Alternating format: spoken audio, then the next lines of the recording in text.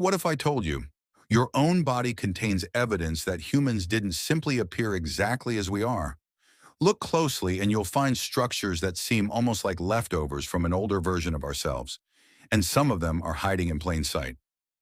The mystery: take your arm. Your upper arm, forearm, wrist, and fingers contain a surprisingly specific arrangement of bones.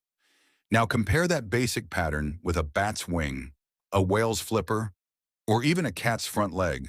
They look completely different. But underneath, the same basic skeletal blueprint keeps showing up. That's called homology, similar anatomical structures inherited from a common ancestor, even when they now perform very different jobs.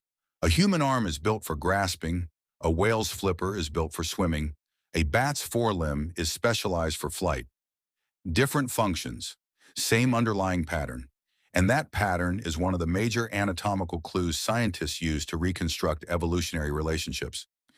But here's where it gets even more interesting. Look at your tailbone. You don't have a visible tail. But humans have a small structure at the base of the spine called the coccyx. It's not literally a useless leftover. Modern anatomy shows that it has functions, including serving as an attachment point for muscles and ligaments. But its position and developmental history makes sense when viewed in the context of our tailed vertebrate ancestors. Then there's the appendix. For a long time, people called it a completely useless organ.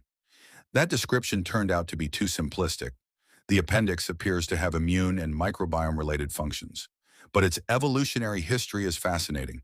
Structures related to the appendix occur in other mammals, and its size and form have changed dramatically across evolutionary lineages. So the real story isn't useless organs. It's modified structures inherited and repurposed over enormous spans of time. And then comes one of the strongest clues: human embryos. During development, our bodies temporarily pass through stages that reveal deep evolutionary relationships. Early human embryos develop structures such as a tail-like extension, and they develop pharyngeal arches, embryonic structures that later contribute to parts of the head and neck. These aren't miniature versions of adult fish or other animals. That's an important misconception. Instead, embryonic development gives scientists another window into our shared evolutionary history. The bigger picture. And anatomical evidence doesn't stand alone. Genetics tells a similar story. Fossils tell a similar story. Embryology adds another layer. And comparative anatomy connects them. When multiple independent lines of evidence point toward the same historical pattern, the explanation becomes much stronger. That's why scientists don't say evolution is supported because humans and animals look alike. They examine specific anatomical patterns, development, fossils, genetics, and evolutionary relationships together. Your body isn't a perfect blueprint designed from scratch. It's more like a historical record written in bone, muscle, and DNA.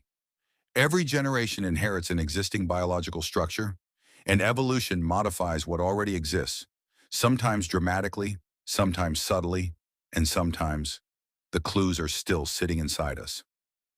Ending. So the next time you move your thumb, feel your tailbone, or even think about how your body developed before birth, remember, you aren't just looking at a body, you're looking at a piece of evolutionary history. And the strangest part? The evidence isn't buried in a museum, it's inside you. Hide.